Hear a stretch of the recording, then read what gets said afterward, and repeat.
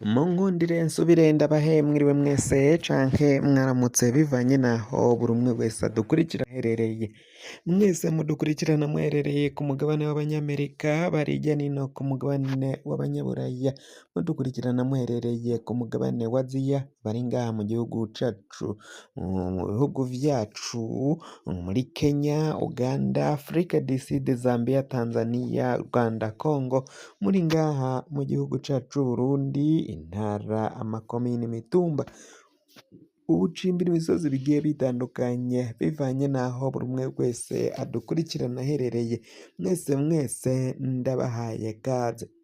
Fyonda subscribe niba ukoresha ururimi rw'icongereza canke niba ukoresha ururimi rw'igifaransa urafyonda sabone, hama uracuja ngaha iburyo urafyonda no kwa kantu kameze nk'agakengeri. Amakuru, ibiganiro dutohoza umwanya ku mwanya bizoja bihita birakugera aho uzoba uherereye hose kw'isi. Ikiganiro rero, amakuru dukesha radiyo BBC Gahuzamiryango. Umukuru w'igihugu Evaristo Ndayishimiye yahaye ikiganiro iyo radiyo, aho rero yavuze ko ngo u Rwanda aragwikoma cyane, avuze amajambo ateye ubwoba ku gihugu kibanye c'u Rwanda. Imigwano avuze ivy'intambara n'imigwano bashobora kwinjiramwo muri kano karere. Iradiyo BBC Gahuzamiryango ihejeje gutangaza ko iherutse nyene kugirana ikiganiro na Perezida w'u Burundi Evaristo Ndayishimiye. Ni mu gace gatoyi bashize hanze ko guhonja, herekana amajambo Evaristo Ndayishimiye yatangaje kuri radiyo BBC yikoma cane u Rwanda. Iyo radiyo ivuga ko ifise amakuru menshi akomeye cane. Radiyo y'Abongereza, aho Gahuzamiryango nyine ihejeje gucisha ku kavideo kayo gatoyi cane k'imponjo ku kiganiro yagiranye na Ndayishimiye. Abamenyesha amakuru bakavuga ko vuba bagiye kugishiraho cose nk'uko uyu mumenyesha amakuru yaciye abitangaza. Ni kuri kano kanya rero Evaristo Ndayishimiye yatangaje ibintu bikomeye cane. Ati mushaka intambara tuzoyakira, mushaka amahoro nayo tuzoyakira. Ni mu gihe hariko haravugwa ingwano ishobora gukomera cane, ngo aho Ndayishimiye yicaye azi ko ategereje ko u Rwanda rumugabako ibitero. Ni ubwoba bukomeye cane twaragiye tubibashikiriza mu makuru yacu yatambutse. Mu kavideo kadashika n'umunota umwe kuri BBC Gahuzamiryango yashize ahabona k'imponjo, Ndayishimiye yumvikana avuga nk'uwutagira aho ahagaze. Uyundi mwanya ukumva umengo arafise ubwoba ku gisirikare c'u Rwanda. Ariko kandi rero akavideo karangira Ndayishimiye avuga ko n'amahoro yoyemera, mu gihe biboneka ko atanguye gutakamba asaba amahoro. Ikiboneka coco muri ako kavideo gatoyi ko kuri BBC Gahuzamiryango yatangaje mw'ijambo rimwe, Ndayishimiye avuga ko u Rwanda arirwo rufise ububasha, igihagararo mu kugena ibizokurikira ku cuka kiri hagati y'u Burundi n'u Rwanda. Ngo aracarindiriye cane ngo ivyo bumvikanye ko u Rwanda rubishira mu ngiro. Mu vy'ukuri biraboneka ko u Rwanda nirwo ruzogenera Ndayishimiye niba rumuha amahoro canke niba rumugabako ibitero. Ndayishimiye abivuga atwengagura, kumwe yama mu kugira ati: "Nduguruye Twamugina, Abanyarwanda n'Abarundi nta kibazo na kimwe bafitaniye, n'ikibazo kiri mu burongozi. Jewe mbere n'iyo duhuye, ikibazo mbaza ni kimwe, mbaza nti jewe n'ubu ndacarindiriye ko mushira mu ngiro ivyo twumvikanye. Ico muzoshaka nico tuzokwakira. Mushaka ingwano tuzoyakira, mushaka amahoro tuyakire." Ndugaye Twamugina. Ibintu Ndayishimiye na Kagame atwaye u Rwanda bumvikanye nta makuru abantu babifiseko muri ngaha nk'uko bagenda babishikiriza. Sinzi yuko boba bumvikanye ku vy'uko u Rwanda rworungika Generale Godefroid Niyombare i Bujumbura. Niba ivyo bintu baravyumvikanye canke niba bataravyumvikanye. Ico bikoze biraboneka ko n'ibimenyetso bikorwa n'amaboko yiwe ya Ndayishimiye muri ako kavideo ariko arabivuga nyine nayo arabigaragaza. Aboneka ko ari umukuru w'igihugu afise umunaniro gose, ico bise fatigue, ubwoba hamwe no kwishikana somisiyo. Biratangaje kuba Ndayishimiye akibaza ko u Rwanda ruzohitamwo inzira y'intambara kandi azi neza aho ibintu bigeze. Ndayishimiye ubwiwe yahagaze i Kinshasa mu mpera za 2023 atangaza ko agira akorane na Tshisekedi baherekeze FDLR gutembagaza ubutegetsi bwa mugenzi we nyakubahwa Paul Kagame. Mu ntango za 2024 Tshisekedi nawe yaciye ahagarara i Goma yunganira Ndayishimiye ko agira atere u Rwanda, mbere anatomora ko azokoresha ibitero vyo mu kirere abitera mu Rwanda. Inyuma y'umwaka Tshisekedi atangaje ko yiteguriye gupfukamisha u Rwanda, igisagara ca Goma yabitangarijemwo caciye gifatwa n'abagwanyi ba M23. Kuva ico gihe gushika uyu mwanya turiko twandika iyi nkuru, Tshisekedi ntiyohonyoza ikirenge i Goma, ntiyohonyoza ikirenge i Bukavu, ntiyohonyoza ikirenge Uvira, Baraka, Minembwe n'ahandi muri Hoparato. Aho hose haraciye hafatwa n'abagwanyi. Ndayishimiye na Tshisekedi babonye ibibaye ntibaronse ayo bacira n'ayo bamira.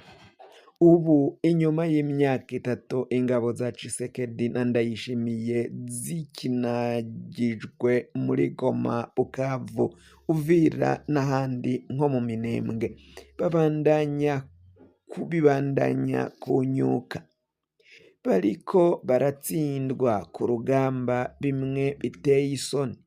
Intambara zari zigize iminsi muri Minembwe mu ndwi ziheze barazitsinzwe, kandi bivugwa ko Uburundi bwacu bwahatakarije abasirikare bacu benshi cane. Ubu abari muri Baraka nabo bahagaritse imigwano kuko banse kwinjira mu rugamba. Abo ni abasirikare b'u Burundi. Abakurikiranira hafi ivy'urugamba rwa M23 na leta ya RDC bavuga ko biboneka ko mu minsi ya vuba M23 ishobora kugaba ibindi bitero vyo kwagura uturere igaba aho teritwari ya Buraka ishobora gufatwa nayo. Ako karere karamutse gafashwe M23 bivugwa ko igisoda ca Ndayishimiye kizoba gihejeje gutakaza amayira yose aca mu kiyaga ca Tanganyika yinjira muri RDC. Kubwa Ndayishimiye yaraye abwiye ivyo iradiyo BBC gahuzamiryango mu gihe hanugwanugwa ibitero bishobora gutangura vuba ku Burundi bikozwe muri n'umuhari Red Tabara.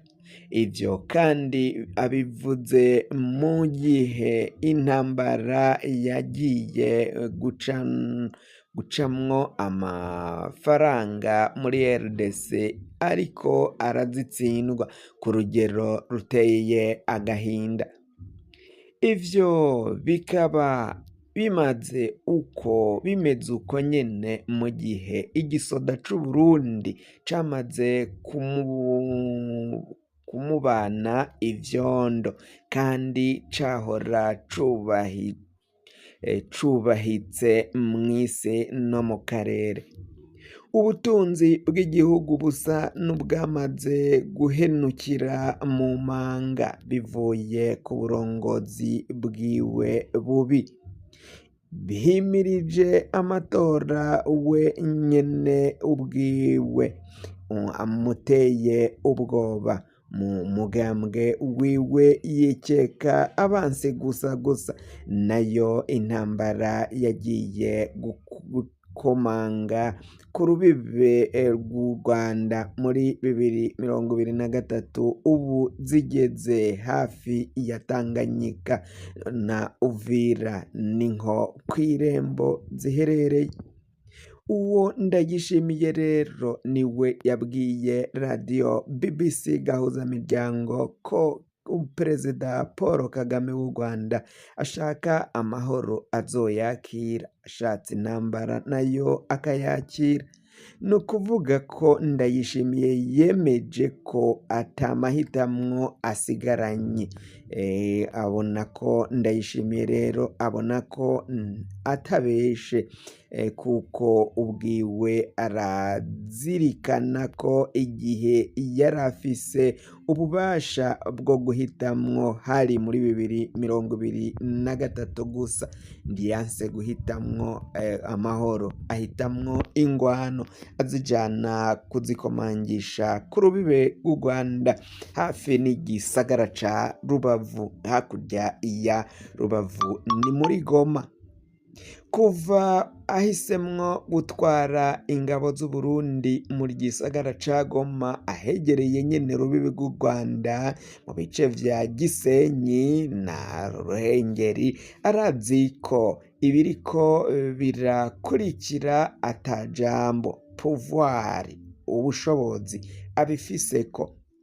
Ubu ateze umutwe nk'umumobwa kugira ngo azomobwe urumukwiye, ariko nk'ubu yobivamwo akiyirukira. Aracafise aho yokwinyuranganya. Ariko naho Ndayishimiye asa n'uwihebuye, ari hamwe yokwegera abarundi b'umutima, apana barya bamukomera amashi, bamwe bamwereka aho amenera akikura mu kangaratete arimwo muri RDC, apana kwereka canke kugirwa inama n'imbonerakure za CNDD FDD, imbonerakure z'abasuma, abapolisi biba, amabandi n'abasoda bashaka kwicira ingero. Harimwo nka General Prime Niyongabo arungika abasirikari kuja kwimba inzahabu, amabuye yandi y'agaciro muri Kongo, bamwimbira bamuzanira.